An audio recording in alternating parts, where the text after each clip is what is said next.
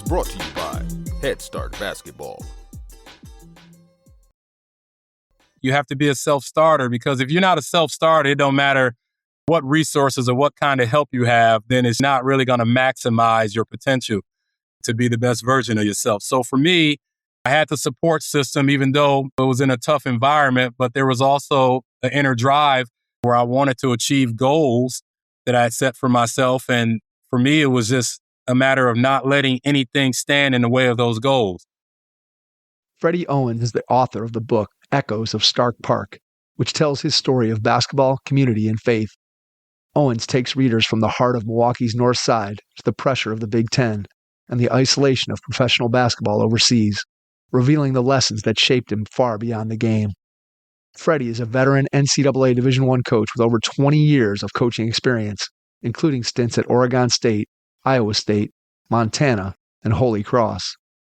As a player at Wisconsin, Owens delivered one of the most iconic shots in Badger history, a game-winning three-pointer against Tulsa to propel Wisconsin to the 2003 Sweet 16. Freddie is a four-time NCAA Tournament Player and a four-time NCAA Tournament Coach. He recently stepped away from the coaching profession and is currently a health and physical education teacher in the Green Bay, Wisconsin area.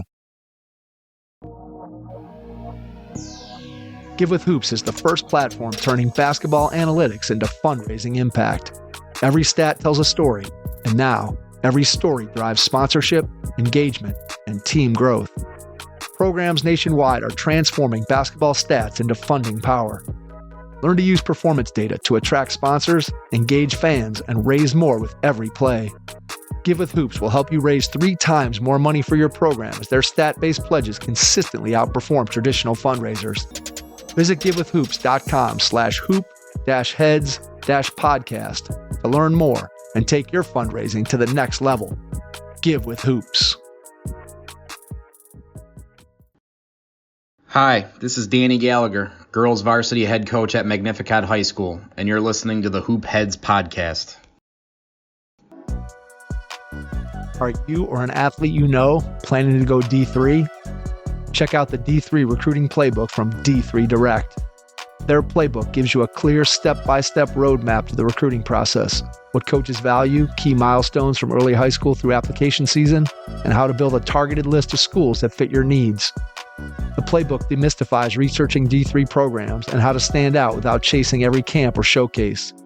The modules cover things like writing emails to coaches, building an effective highlight tape, using social media well, planning camps and visits, and navigating application strategy.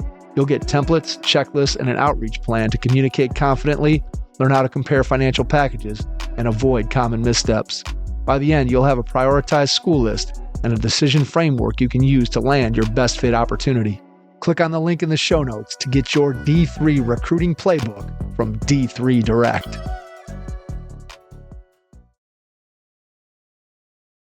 Have a notebook handy as you listen to this episode with Freddie Owens, author of the book Echoes of Stark Park and former college basketball player and coach. Hello and welcome to the Hoop Heads podcast. It's Mike Klinzing here without my co-host Jason Sunkel this morning, but I am pleased to be joined by Freddie Owens, former college basketball player, college basketball coach, and author of the book Echoes of Stark Park. Freddie, welcome to the Hoop Heads pod, man. Hey, thanks for having me, Mike.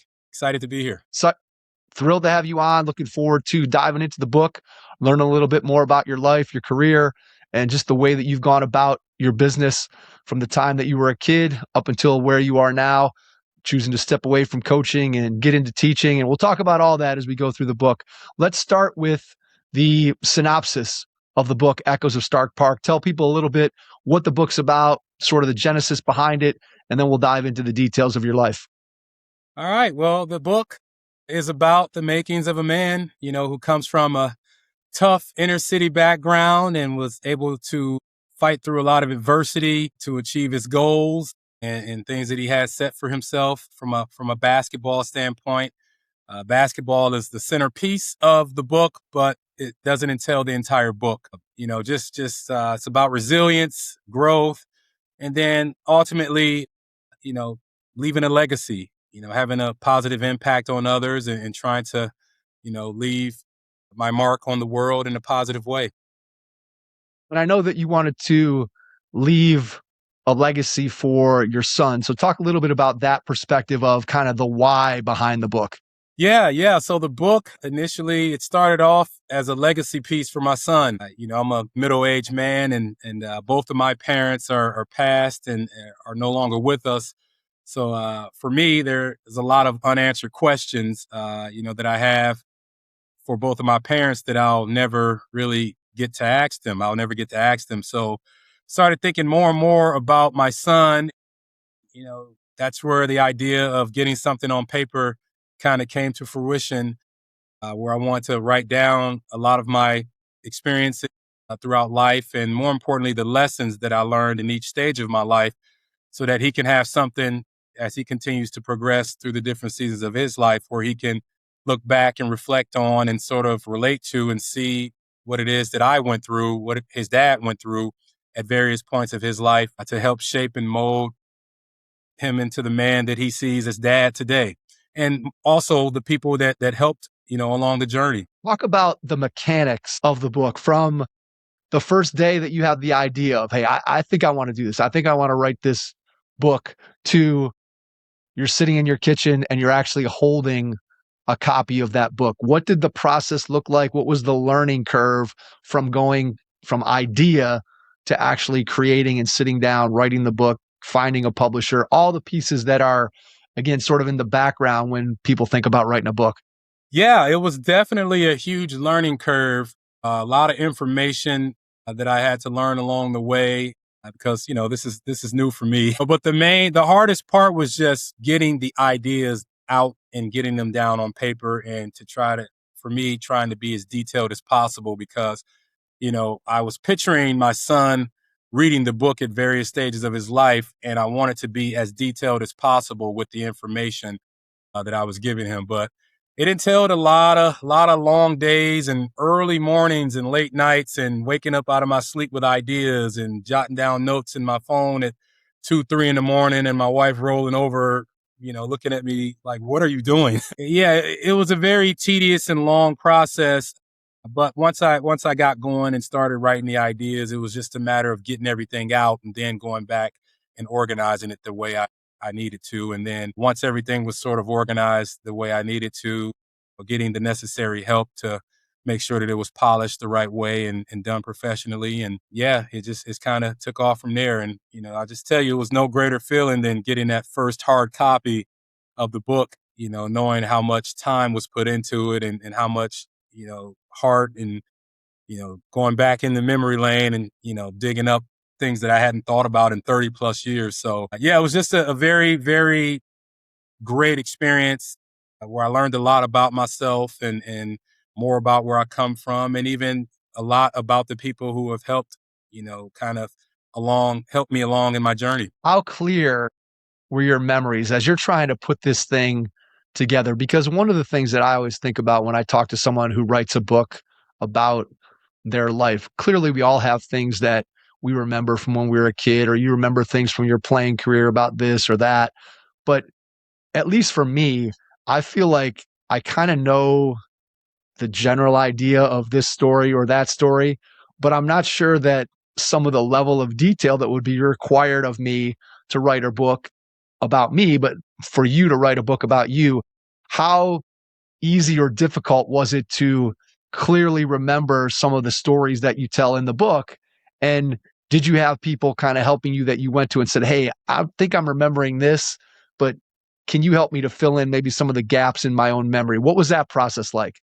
Yeah, for me, surprisingly, that part of it was pretty easy. For whatever reason, I just have very vivid memory of the details of everything that sort of happened up to this point in my life. And yeah, it was just easy to get that down on paper. The hardest part for me was to decide what to keep in the book, and what to take out or what to leave out. So it was just a matter of trying to get that piece organized. And that was the hard part, to try to make sure that it flowed well and things didn't kind of, go off, on a bunch of different, you know, a bunch of different areas, and take a bunch of different paths where it messed up the flow of the book. So, for me, that was the hardest part, not so much remembering the details. It was just more of, okay, what to keep in the book and what to take out. Now you got the behind the scenes notes. So when your son wants to make this into a documentary, he's got all the extra stuff. So when you want to get some scenes together, he can just pull all that stuff out of the file cabinet, even though it didn't make it into the final cut of the book. All right, let's dive into the book. And for anybody who listens to the Hoopheads podcast all the time, you'll recognize that a lot of our episodes are biographical in nature, where we're talking to our guest about their journey and how they've gotten to the point where they are. And that's really, honestly, Freddie, what your book does. And so let's go back and start with your earliest memories of the game of basketball, which are centered around your dad and him going and playing pickup basketball in Milwaukee, which we'll talk about. But tell me a little bit about just your relationship with your dad early on and just how he brought you to the game of basketball and how that impacted you, not just in the moment, but moving forward. Yeah, I mean, it was huge.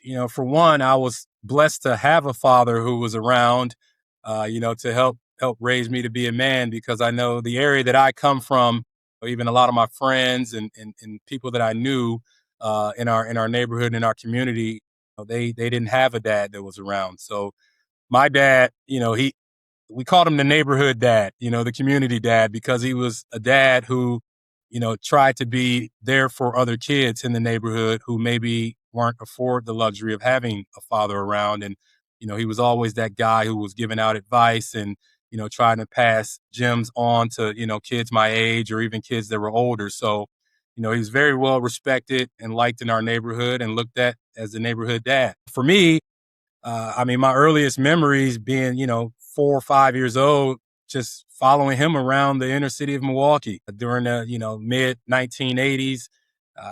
He loved to play basketball. And back then, growing up in that time, it was all about street ball and being on the parks. You go to the different neighborhoods, play against the different characters, different levels of competition. And, it was just a thing of beauty. It was like, a nostalgia moment. You go back and watch those movies from the 90s and in the mid to late 1980s. And that's exactly what it was. It was just community. It was competition, fun. And each park had its own unique set of characters. And I just remember at a young age being on the sideline, dribbling my ball, mimicking the moves that my dad was doing and the moves that, the players that he was playing against were doing, and just watching how he carried himself and how competitive he was, and just how he moved and things of that nature. So for me, it was just a lot of just watching and learning. And then that's where I fell in love with the game, from an early age. And it's something that's been able to carry me up to this point in my life. And I've been blessed to have a lot of really cool opportunities because of the game of basketball.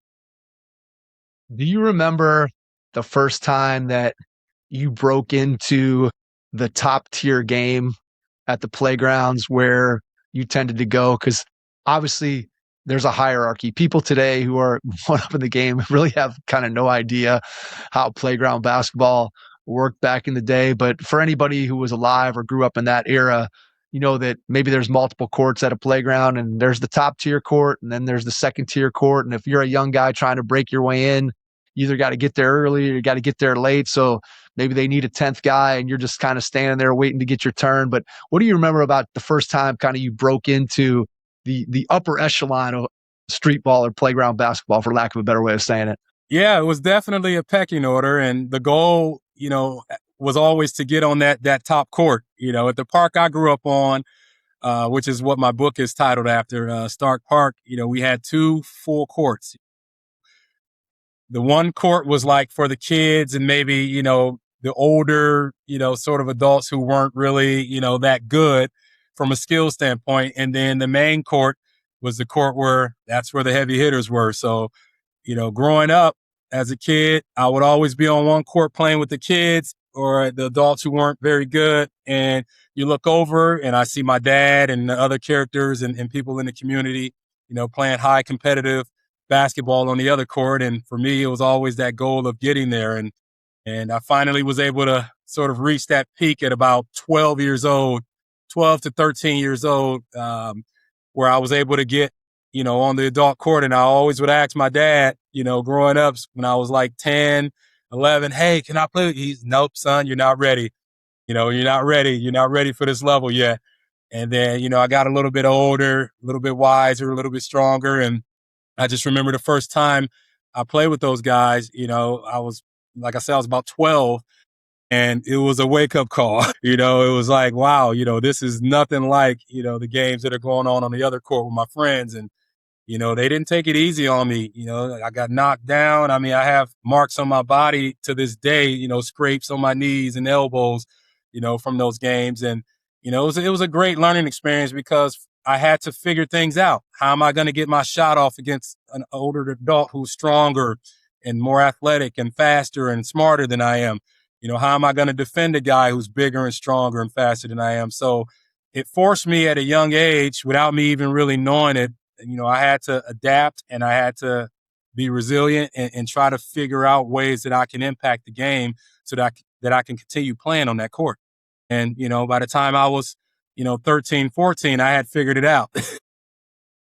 You definitely learn that you have to figure out what your role is, right? As a young player on those courts, you're not going to go over there and start taking a lot of shots and then your team's going to be sitting. And I'm sure Stark Park was just like the places that I played where some nights you're 5, 6 teams deep waiting to get in. And if you lose, it may be a long time before you get back on. And so clearly everybody just goes out there and tries to figure out, hey, how can our 5 guys that we put together, how can we win? And if you're 13, 14 years old and you're playing on a court with high school guys and college guys and adults, you learn very quickly that you better do what you need to do to help your team win and not try to do too much. And it's one of those things that I've talked about this so many times with guys that are kind of our era, Freddie, in terms of just what's been lost in the pickup basketball world kind of disappearing, at least at a pretty high level. You can still find games, but in all honesty, when I look at some of the games that I see around my area, they're games that when I was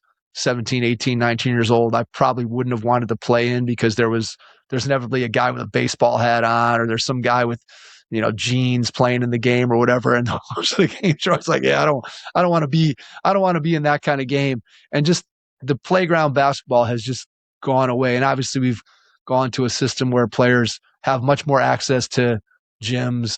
There's much more organized basketball with a coach and an official. And there are certainly positives that. I always say that players today are probably way more skilled than players have ever been.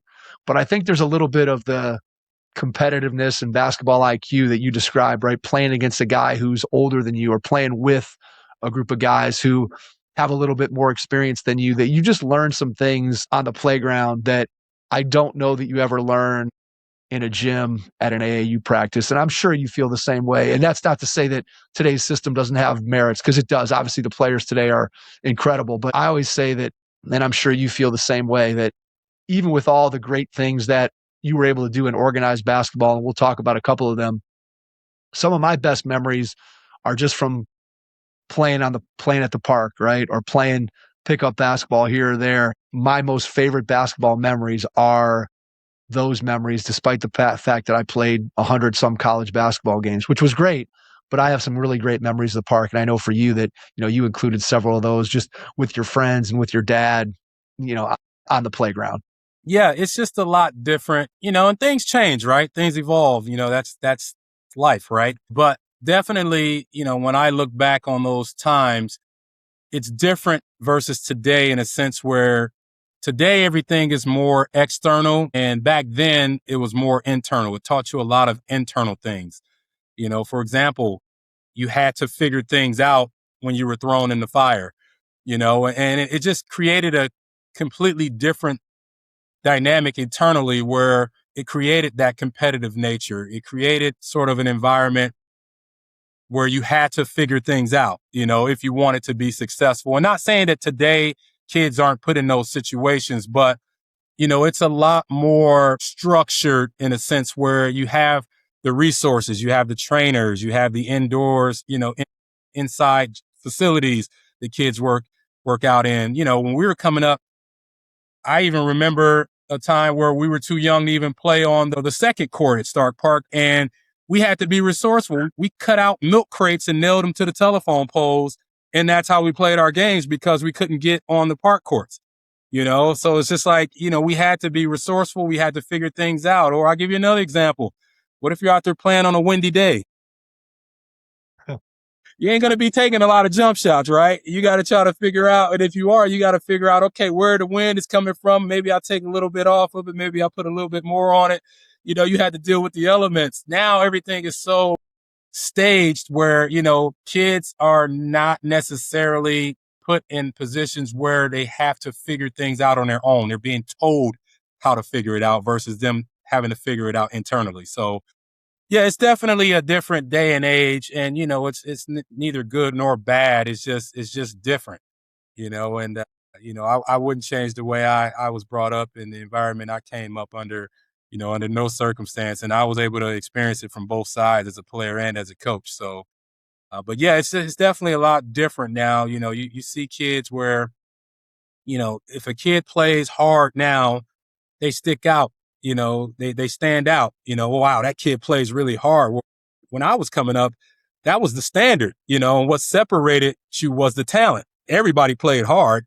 And now, you see a kid play hard. As a college recruiter, I coached for almost 20 years. You're on the circuit and you watch a kid and you see a kid standing out because he plays harder than everybody. Like, it's like, wow, we're back when I was coming up, that was the standard. So it's definitely a different game, and it's just, you're dealing with different athletes and even different coaches, and you just try to evolve with it and try to figure out a way to get through the guys and help them get better. But, the nostalgia of the 80s and 90s, man, there's nothing like it. Growing up on those playgrounds, there's nothing like it.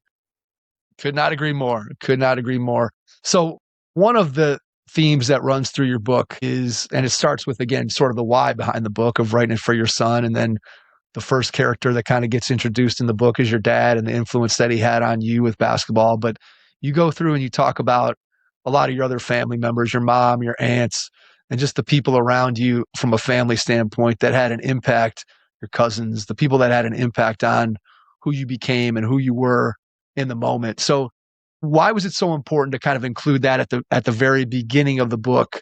I'm guessing it was just to kind of give people a sense of what your community, what your tribe looked like, but just kind of talk a little bit about your family and the influence they had on you, maybe not even so much as a basketball player, but just as a human being while you were growing up. Yeah, I mean, the old saying it rings true. It takes a village, right? It takes a village, when you're raising youth and you're raising kids, and the more hands that are involved to help that kid be the best that they can be, the better. And for me, that's a perfect example of how I grew up. It was a village. It was my community. It was my neighborhood. And, not saying that things were perfect, because they were not perfect by any means, but, me having those relationships helped me get through a lot of tough times in my life, dealing with, an unstable household, moving 10 times. And, by the time I was, the age of, 12 or 13 or whatever it was, and dealing with drugs and high crime, and my mom getting addicted to drugs, and being basically on my own, in the 7th grade, where I was kind of had to fend for myself there, because of my family situation. It was just a lot of people that reached out and grabbed a hold of me and helped keep me in line so that I wouldn't go off in another direction where I could have gotten into a lot of trouble, join gangs and, selling drugs and things of that nature. It was like my community understood that I had a talent, and they did everything they could to shield me from all the bad things that was going on around me. And they cleared a space and cleared a lane for me to, be the best version of myself through the game of basketball. And I'm forever grateful for that, because I know a lot of kids, they didn't have those opportunities. And I saw that, and even kids today, like a lot of kids don't have that support system. So, for me, I wanted to make sure that I included that, and I was as detailed as possible about letting the readers see that, all of the people that had a hand in helping raise me into the man that I am today. And, I had cousins who were like brothers and sisters to me, because that's what they were. We were together all the time. We did everything together. And I was the only child, my mom's only child. And then I had a half sister when I was growing up that I didn't meet until a little bit later in life. And like my cousins were my siblings. So, and then, I had aunts and uncles and, grandparents, and everybody chipped in. We didn't come from much. So there was always times where, we didn't know where our next meal was going to come from. And then boom, you have an aunt that helps chip in and throws us a few dollars, that helps us get groceries, or they make a meal, or, we can't make rent. One of my parents loses a job and we can't make rent. We have to move out of the apartment that we lived in, and we have to move in with one of my aunts. And it was just always somebody stepping up to the plate to help us out. And I was forever grateful for that, because without those people around, who knows where life would have took me and my family. When you look at the situation that you grew up in totality, and then you look at the things that you've been able to achieve in your life, right? As you said, there are a lot of kids who grew up in similar circumstances to you, who maybe didn't have the same opportunities to have the success that you've been able to have in your life. And so I don't know if you've ever thought about it in exactly this way, but how much, when you look at your ability to rise above sort of the situation where you were and be able to go and play college basketball, to be able to become a college basketball coach, to be able to become an educator, and all the things that you've been able to achieve in your life, how much of that do you attribute? Because I always feel like for somebody who is brought into the world in circumstances that are less than maybe ideal from an outside perspective, that person has to have a certain strength of character to be able to get to a place where they're able to rise above that. And yet, as you're talking, right, you're telling me about your family and all the people that helped you and make these situations. So have you thought about the balance between how much of it is what Freddie Owens had inside of him and your character, and then how much of it was the influence of the people around you that, as you said, they kept kind of lifting you up because they saw you had this gift with the game of basketball? How do you kind of put those two parts together in terms of what's allowed you to get to this point where you are in your life today, if that question makes any sense at all to you? Yeah, it does. It does. I think it's a little of both, right? You have to have the support system, but you also have to have the inner drive, and I'll dig back to one of my coaching terms, like you have to be a self-starter, right? Like you have to be a self-starter, because if you're not a self-starter, it don't matter, what resources or what kind of help you have, then it's just, you're not really going to maximize your potential to be the best version of yourself. So for me, it was a little of both. I had the support system, even though, it was in a tough environment, but there was also an inner drive, where I wanted to achieve goals that I had set for myself. And for me, it was just a matter of not letting anything stand in the way of those goals. Friends want to go party. They want to go hang out. They want to go do things that they shouldn't be doing. Nope. For me, I'm staying on the court. I'm working on my game, and, I'm getting shots up, and I'm trying to do everything that I can to maximize, my talent. So, to answer your question, I think it involves a little bit of both, and it also starts with the foundation, right? The groundwork, whether it's, your mom or your dad or whoever it is that's looking after you when you're growing up, what's the groundwork? What's the foundation like? And, for me, I was lucky enough to have my parents at an early age, and they weren't perfect. Don't get me wrong by any means, but they did do a great job of laying the foundation, of hard work and being a good person, showing empathy and showing love and just doing things the right way. I learned that at an early age. I just remember being, 5, 6 years old, and my mom and my dad always, getting on my case about, doing things the right way. And when I didn't, I heard about it, and there was consequences. And, that laid the foundation for everything that you see today, and even through the tough times, growing up and even as an adult, I still have those foundations to kind of look back on and draw back on to help get me through tough times and challenging times in my life. And, I just thank the great man above that I had parents that laid that groundwork, especially in the environment that I come from. Do you remember when you internalized that, where it went from mom and dad saying, hey, this is what we should do, or here's this situation, you should react this way, to where you got to a point where a situation would come up with your friends or this or that, maybe it's a party, maybe it's that, where you internalized it? It was no longer, hey, mom and dad are telling me I shouldn't do that, or but it was just, that's not who I am. I'm Freddie. I'm going this direction. I'm veering away from that. Do you remember when you kind of took ownership of that for yourself from the people who had instilled it in you? Yeah. I vaguely remember being about 6 years old and the topic of bullying came up. We were talking about bullying at the kitchen table, me and my mom and my dad. And, I told him about this kid who was just terrorizing everybody on the playground. I never forget. His name is Roderick. His name was Roderick, and he was just terrorized, a little bit older than most of the kids. And, I went home and I was telling my parents about this kid. And I remember vaguely my mom and my dad telling him, you have to stand up to this kid if he bothers you. You have to put your foot down, draw a line in the sand and stand up to this kid.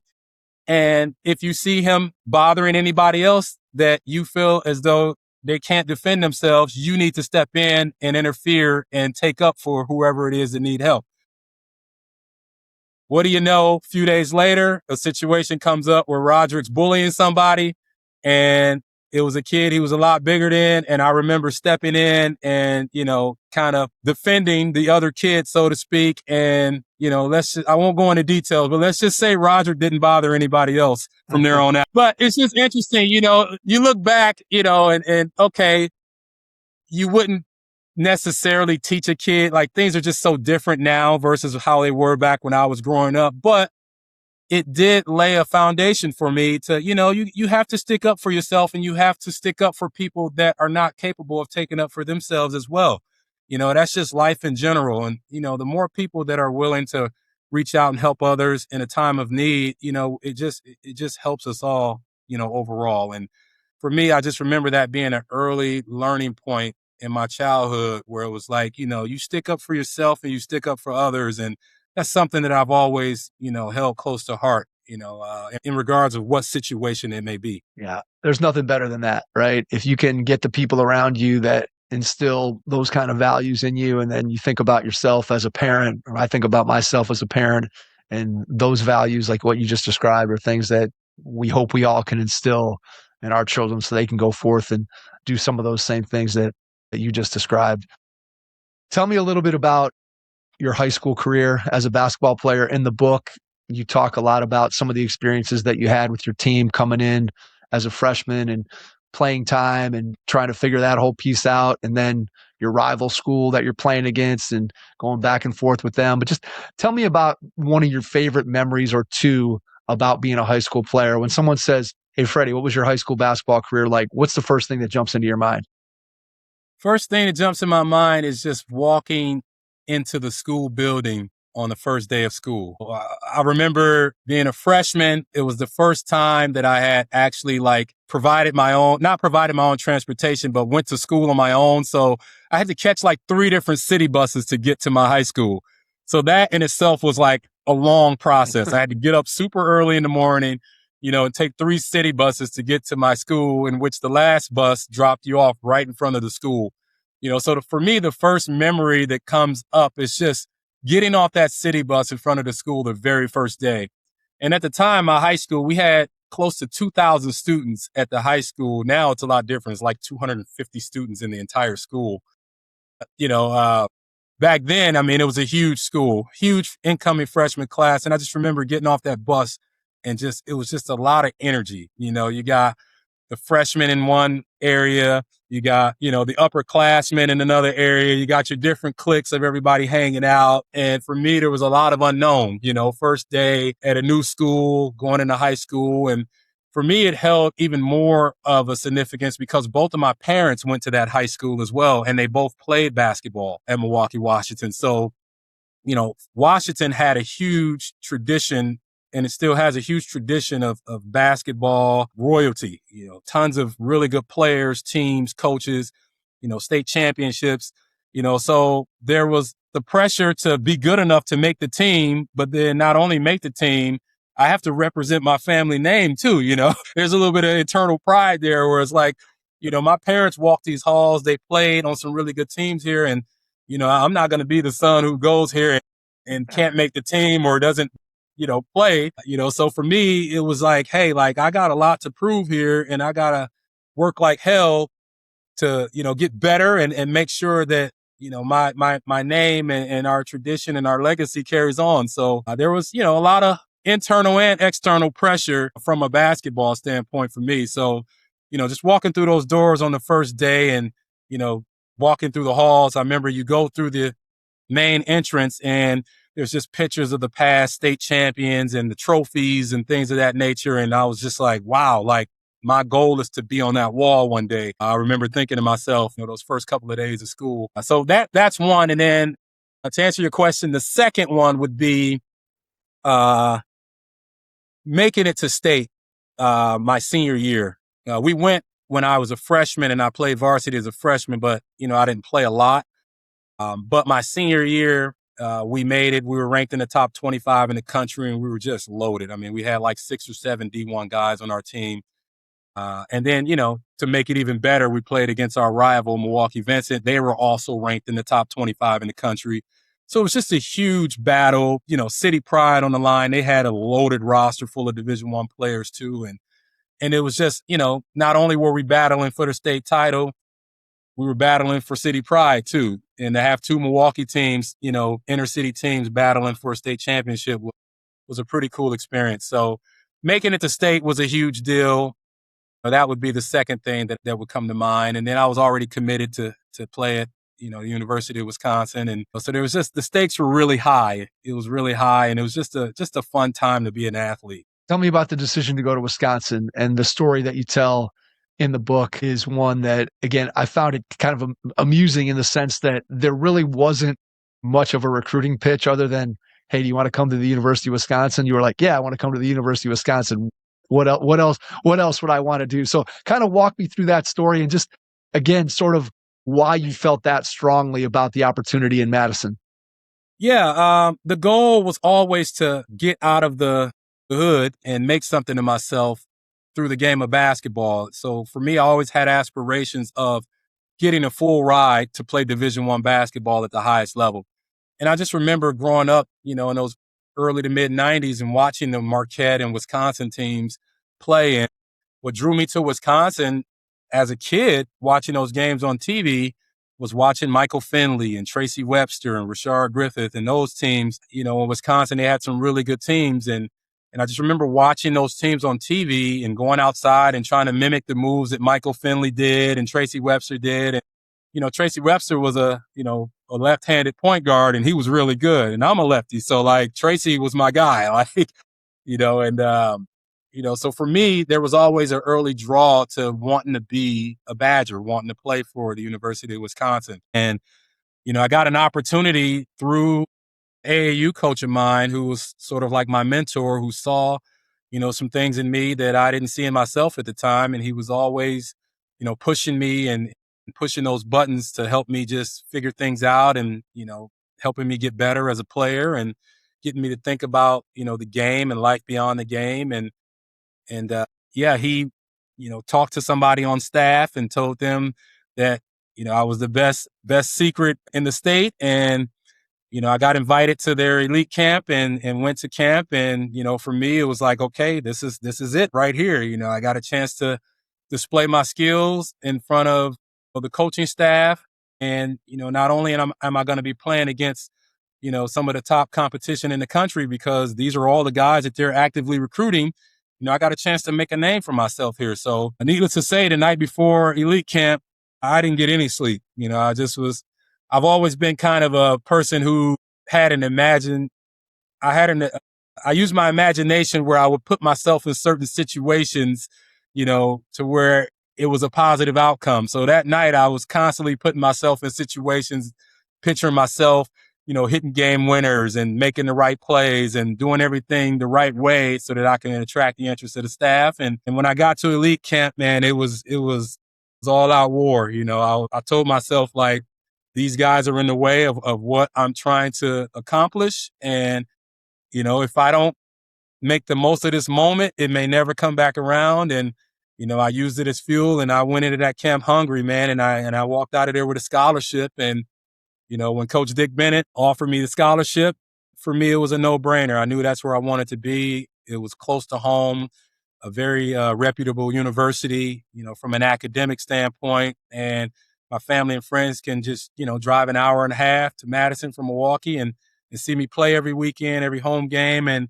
for me, it was just a win-win situation. So there was no need to go through the whole recruiting battle and try to get 20 offers. Like, that's just not who I am as a person.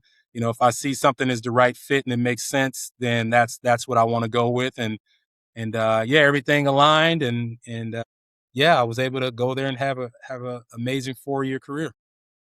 What do you remember about the transition from high school to college, both from a social academic piece, but also then just on the basketball floor, going from a high school player to obviously a very high level Division I program? Yeah, it's like with any transition, right? You go to middle school, you go to high school, you go to college, like everything magnifies tenfold, at every level, So the transition going into college was like, whoa, and for me, being an inner city kid, coming out of the MPS, the Milwaukee Public School System, I wasn't exposed to a lot of things that I got exposed to in college. So, my first semester was like, wow, you get thrown in the fire. There's nobody holding your hand and telling you, be here, or taking you to practice at a certain time, or taking you to study for the ACT. It's like, you got to figure that out on your own. So for me, when I hit campus, it was just like, everything was magnified tenfold. 40,000+ students going, every which way on campus, and people from all different backgrounds, and you got deadlines on assignments, and you got to balance practice and getting, beat up physically and mentally with, the transition of trying to figure things out as a freshman athlete, and trying to carve out your role and your niche, and trying to figure out how can I crack the rotation. And it's just, it was a lot, for me, but for me, it was great because it's a challenge. Always enjoyed a good challenge and trying to figure out how to insert myself into an environment where it was challenging and demanding. And eventually I was able to figure it out and find my niche, and the rest is sort of history.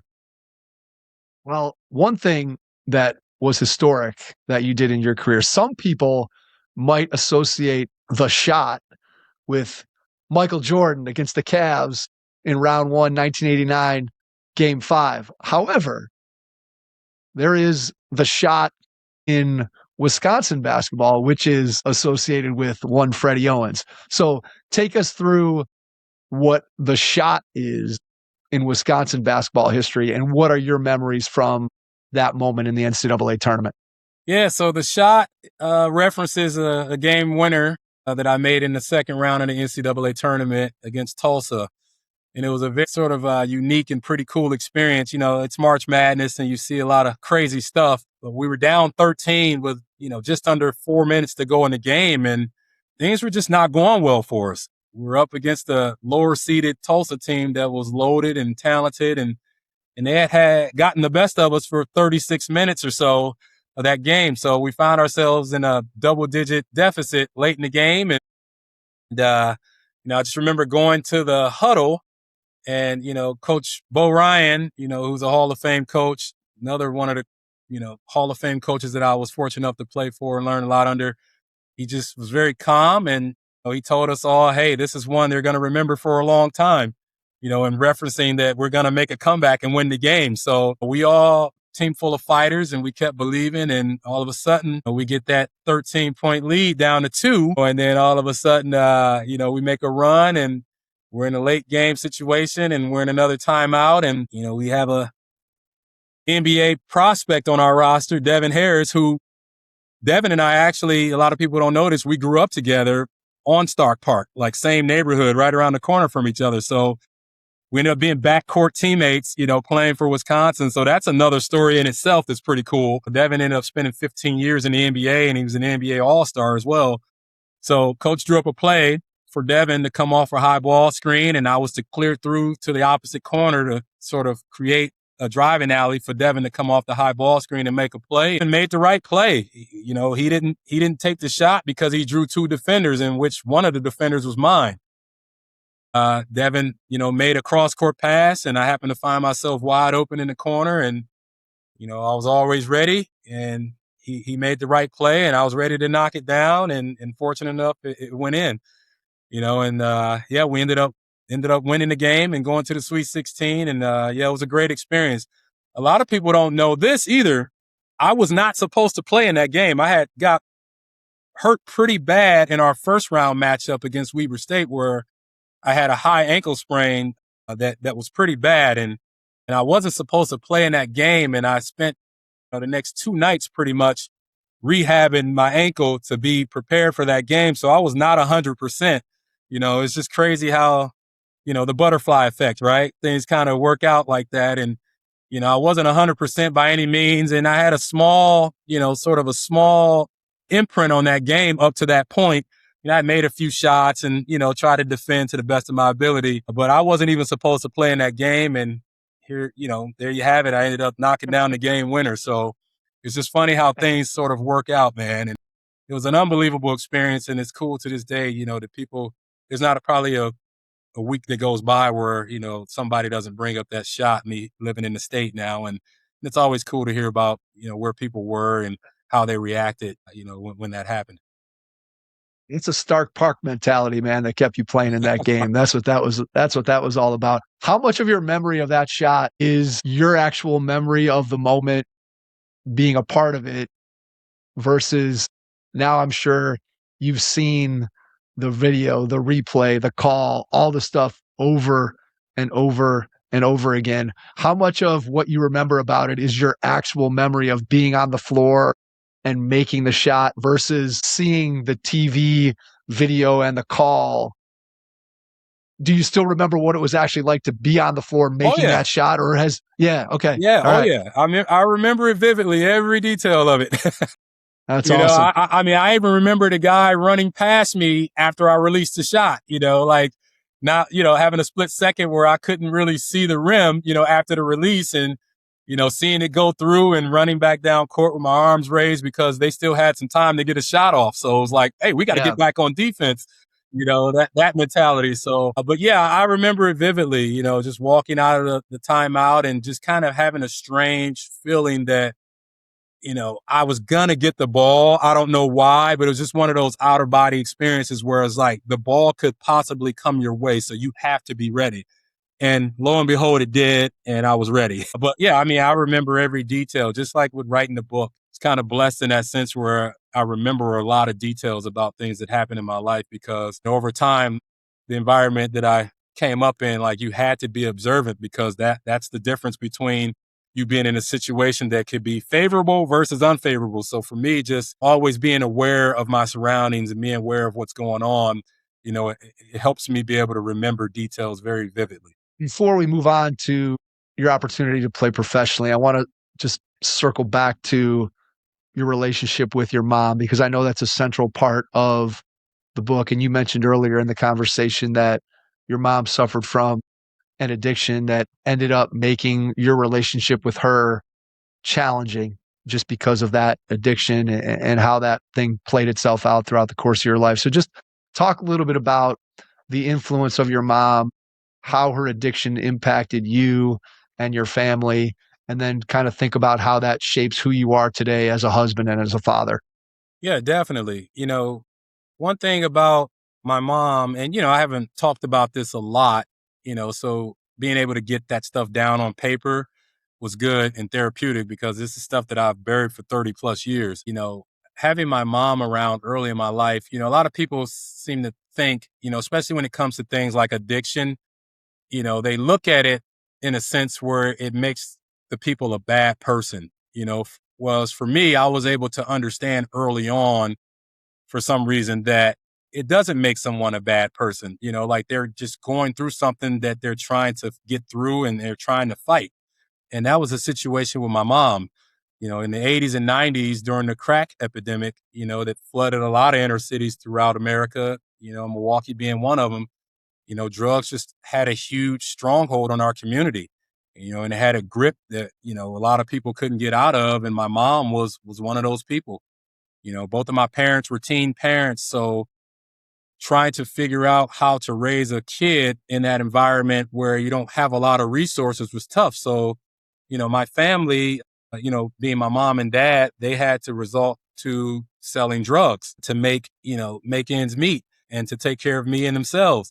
So because of that, my mom, she got addicted to crack cocaine, and it was a battle that she fought for a good period of her life. And I just, vividly remember a lot of those times growing up, as a kid, seeing her in different states where it cut me deep and it hurt because I knew what she was like before she got addicted to drugs versus what I was seeing. So for me, growing up, it was always like, I know she's in there. I just hope she can come out, and every time I saw her in the neighborhood, it was a matter of worrying and wondering, which mom am I going to see today?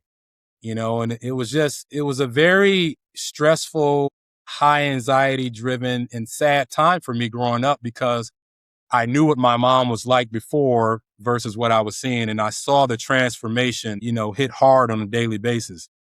I just remember times where I would be in the neighborhood playing basketball and I would see her in the neighborhood, you know, looking for drugs and buying drugs. And, she was just a shell of herself. And it was just really scary for me as a kid because, at that age, you're seeing that and you know what's going on at, 10, 11 years old, and you just don't know how to process it. You don't know how to deal with those feelings. And, you know what you're seeing, but you don't understand, So for me, it was just a really tough time growing up and seeing that.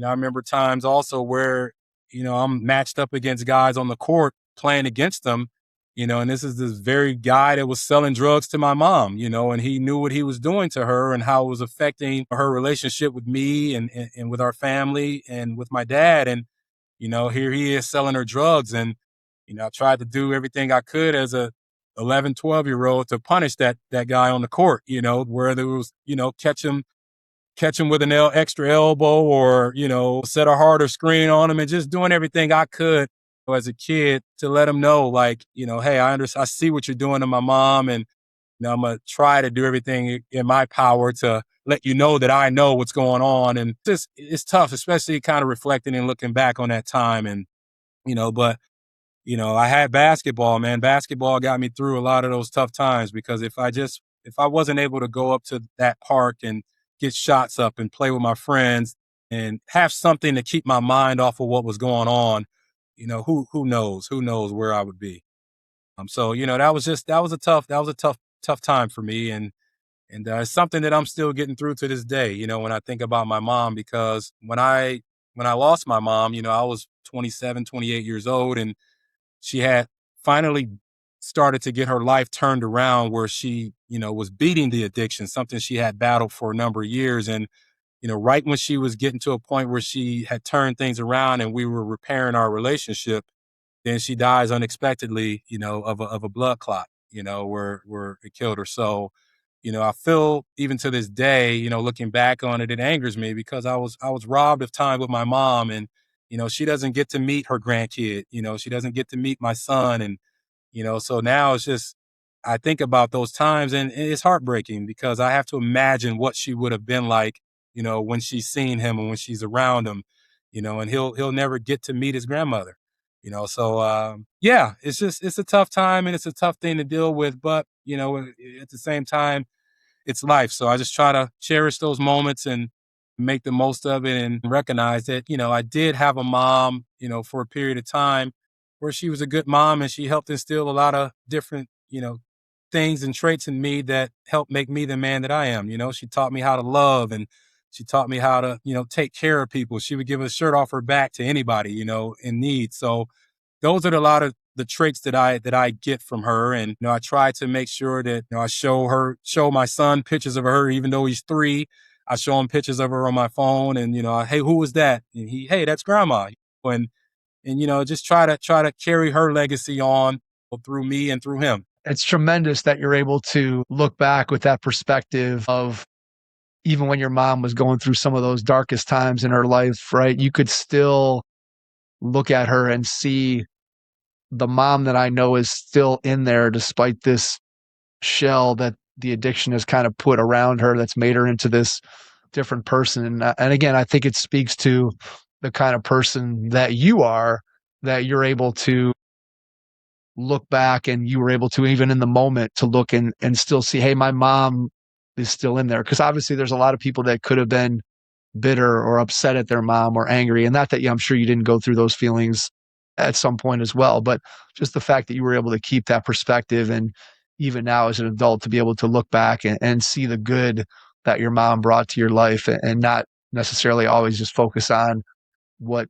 what could have been, and look at the positives that she brought to your life. And again, that's what we all hope for, right? And the people that we have as a part of our family, that they have some influence on us that makes us a better person for the rest of our life. And clearly that's what she gave to you.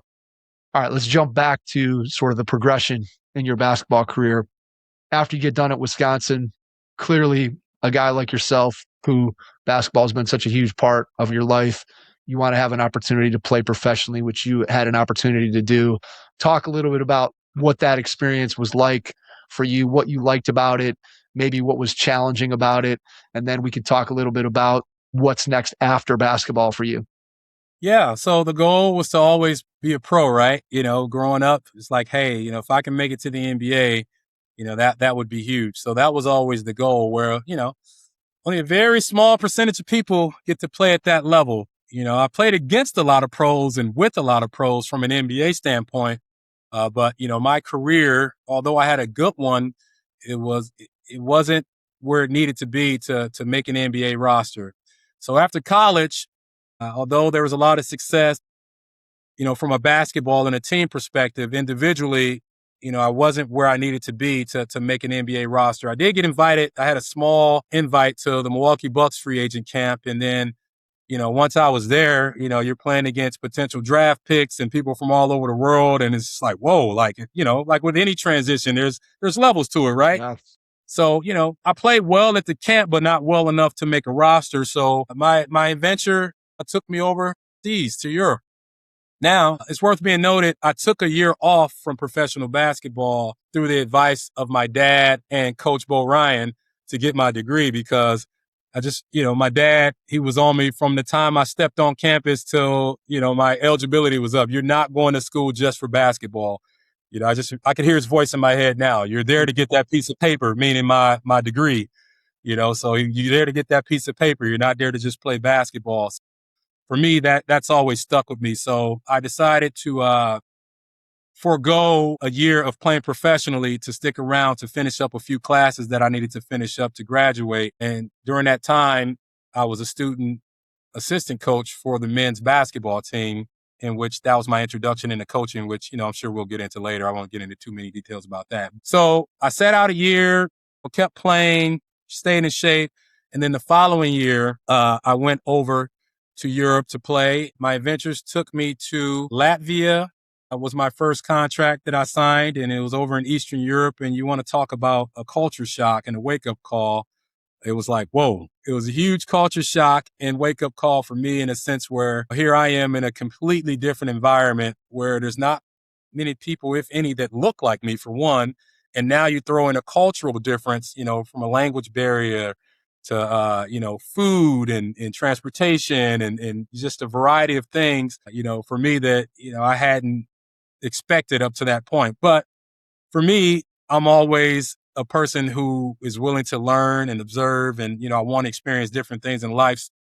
I took it as another challenge. You're stepping into the unknown, and here we are. Ended up going over and playing in Estonia.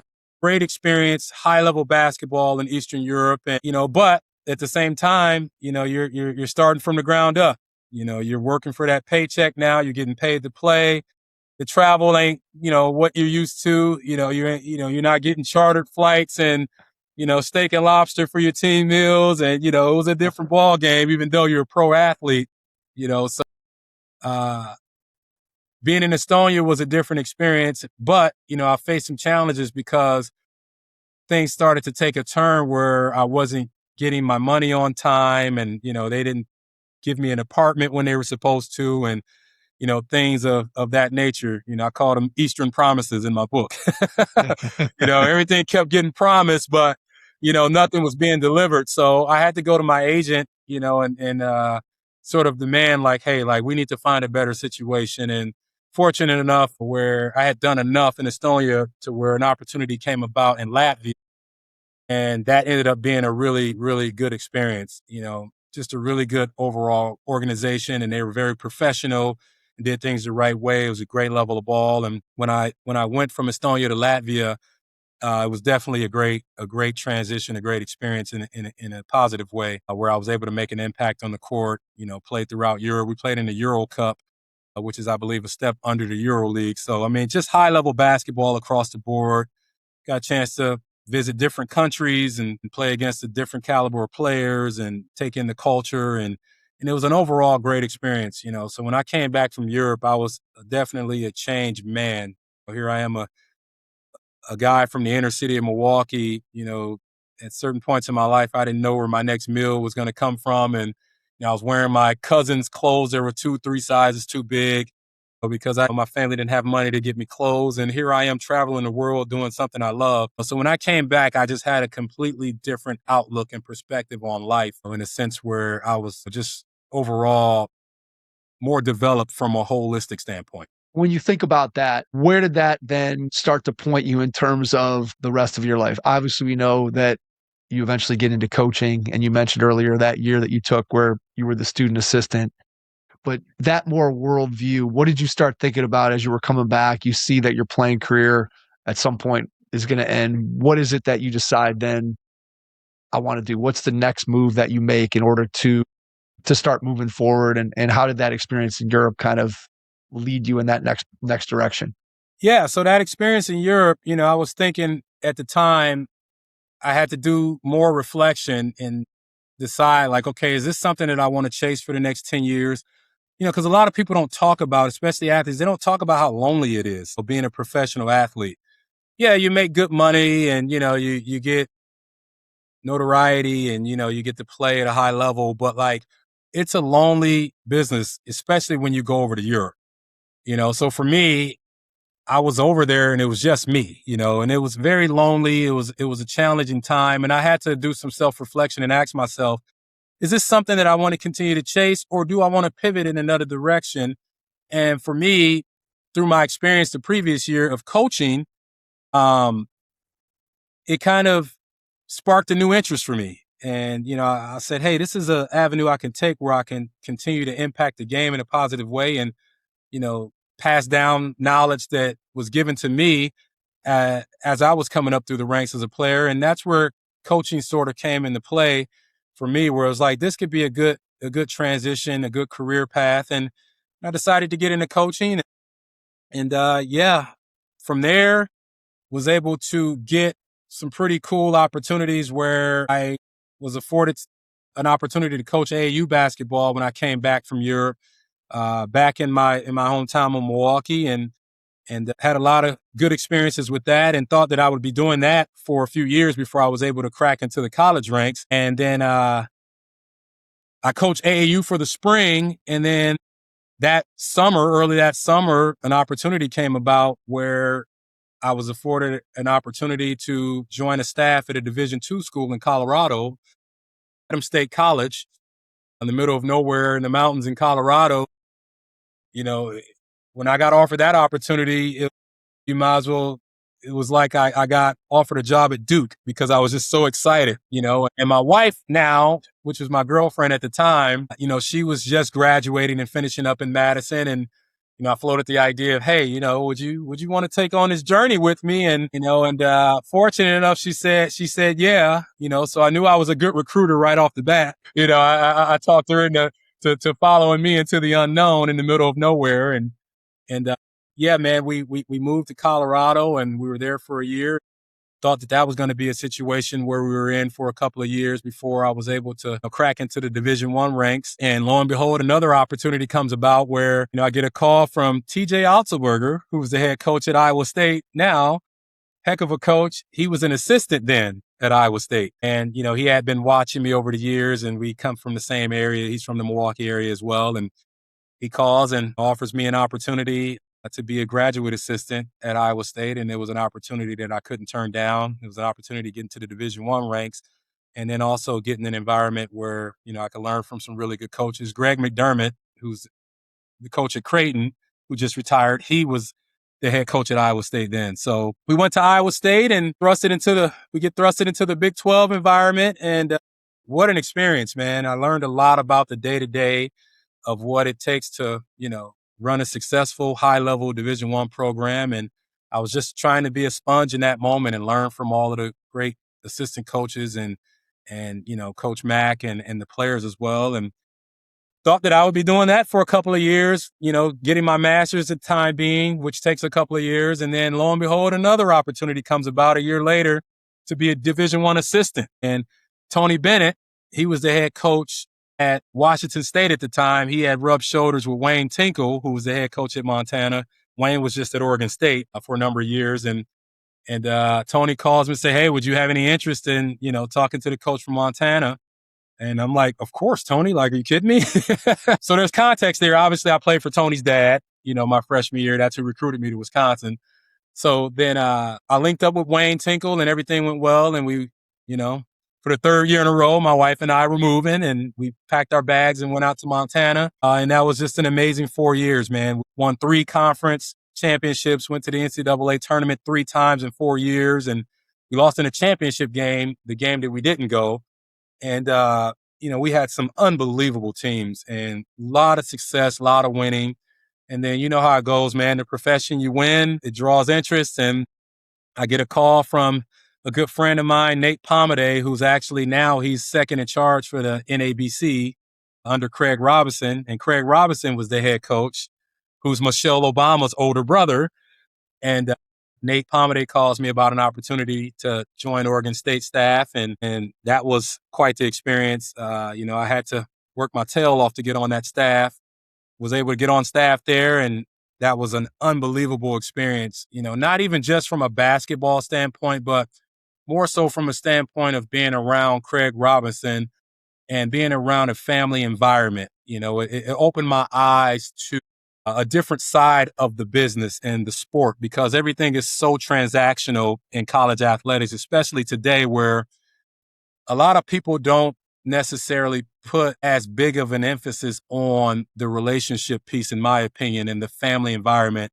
And I thought Craig did a heck of a job of showcasing that within his vision and his program, where it's just a family environment. And he taught us all, not only the staff, but the players, about life outside of athletics and outside of competition. And it was just a very welcoming environment. And, I just wish we had more time. We were on staff there for a year, and then unfortunately we got let go. So here I am, another move for my wife and I. And long story short, man, we ended up going to a number of different places after that. But, the values and things that I took with me from each place helped me sort of carve out an identity as a coach and as a person at all of those different stops and the different things that I learned, from the different cultures and the different coaches that I worked up under. So almost 20 years in the profession, man. And, it was just a fabulous experience. And, it's just so many things that I took from those experiences that, even to this day, now that I'm a teacher, I teach PE and health at the high school level in the Green Bay area. There's things that I take from those times at those different spots that I incorporate into my teaching as I try to help and shape and mold the youth that's coming up behind us. All right, first question. Did your wife know what she was getting into when she agreed to go to Colorado for that first time? Did she have any idea? I don't think she did early on, but as it progressed, I think she understood, which is why she went back to school to become a doctor. Because, the profession is brutal, as well as, there's highs and then those lows come shortly. Those lows come, as well as the highs do. So she kind of had some foresight where she understood how volatile the profession was. And she went back to school to become a doctor. And that allowed me to transition from coaching into teaching a lot easier. Once she got pregnant with our first kid, man, I recognized that I had to make a change because I wanted to be around my kid growing up, and the demands of coaching just doesn't allow that, especially if you want to be good. I was able to make that transition a lot easier than I would have because my wife had the foresight, to go back to school to become a doctor. When you weighed out the decision of staying in coaching, leaving coaching, and you thought about sort of the two sides of that scale, what were the things that you weighed that you really loved about coaching that you knew you were going to miss versus the things that you were going to gain by stepping away from it and being able to, obviously one of those being spending time with your family. But just how did you weigh those two things out when you were making the decision?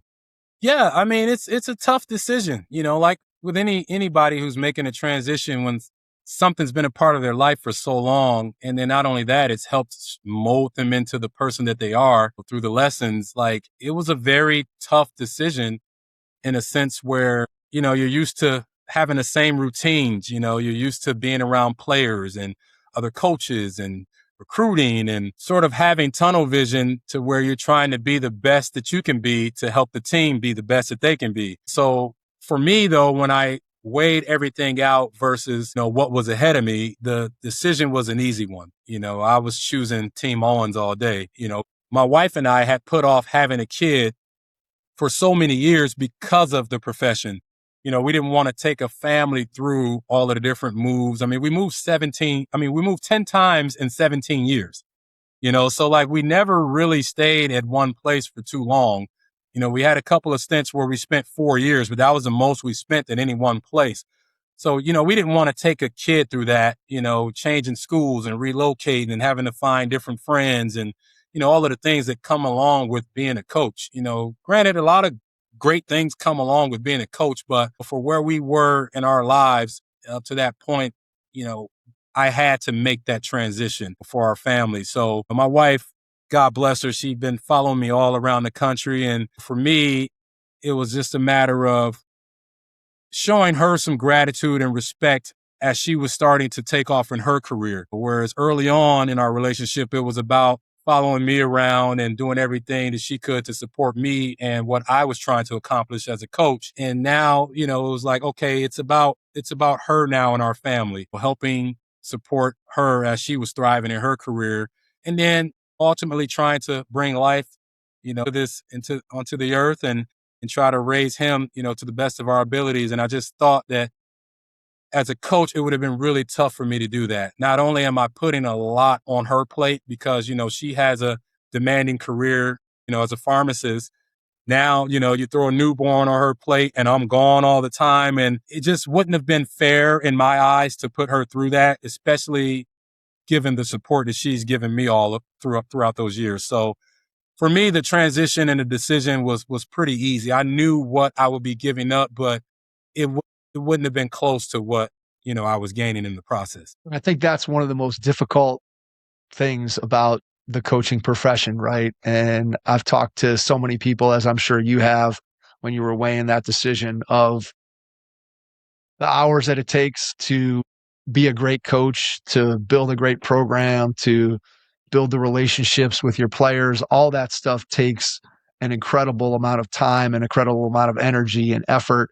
And all that energy and effort and that you put into your team and your players is energy that you maybe then don't have for your family at home. And I know that coaches at every level of the game, whether you're talking about high school coaches, whether you're talking about college, pro, coaches struggle with that, right? And trying to find, and I don't even know if balance is the right word, but trying to figure out how can I do both of those things well. And I know that there are lots of coaches that struggle with that and try to figure out and come to that sort of fork in the road that you did, right? Where can I continue down this same path? Should I continue down this same path? Or is there another way for me to be able to have an impact on young people? And obviously you've chosen to go into a profession of teaching where you're having an impact on young people through sport, through physical education in a different way than what you were coaching, but still being able to pass down the lessons that you've been taught by, again, all the people who are part of your family, who came through your life in your book. And most importantly, right, your son, which is kind of takes us full circle back to the start of the conversation of why you wrote the book in the first place, was to leave your son a memory of, hey, this is what my dad's life was like. And there aren't that many kids that get the opportunity to have their parents' life written down in a book that they can go and they can reference it. And hopefully eventually as he gets old enough and he reads it and he goes through the stories, and that'll enable you to open up even more lines of communication with him to share what it is that you've learned to be able to have an impact on him. And I just think that, again, your story for anyone who reads the book, and again, I would highly recommend going out and picking up a copy of the book, the city of Milwaukee, the nostalgia of playground basketball, as you said, the resilience to fight through some of the experiences that you had. And you relate a couple of pretty scary stories that went on with you and your friends and being at gunpoint in the city of Milwaukee, and just things that, again, as you're reading that, you think, wow, how did this guy overcome all that stuff? And as you go through and you tell your stories in the book and through our conversation here, I get a good vision of, again, who Freddie Owens is as a person that enabled you to kind of work your way through those circumstances to get where you are today. And so, again, I really enjoyed the book. It is extremely well done. For anybody who's in our audience, please go out and listen to it. It's just really well done. Before we get out, Freddie, I want to ask you a two-part question and then give you a chance to, again, share where people can find the book. But the final question is two parts. One, when you look ahead over the next year or two, what do you see as being your biggest challenge? And then part two of the question, I think it's extremely relevant to you. What is your biggest joy when you think about what you're doing right now today? And you've done and accomplished a tremendous amount of things in your life, but right now today, what brings you the most joy? So your biggest challenge first, your biggest joy second. My biggest challenge, I would say for me right now, is making sure I'm the dad that my son needs me to be. I'm constantly thinking about that. And also being the husband that my wife needs me to be, because those right now and will forever be going forward are the two most important things and people in my life. So how can I be the best that I can be for my wife and for my son? And those are things that I think about constantly. Am I being enough? Am I doing things the right way? And, I feel as though I am. And if I wasn't, my wife would let me know, because that's just the relationship that we have. We communicate a lot, and regardless if it's good or bad, we know where each other stands. And I think that's something that's, gotten us through almost 16 years of marriage and 20 years of being together. But for me, that's my biggest challenge now and going forward.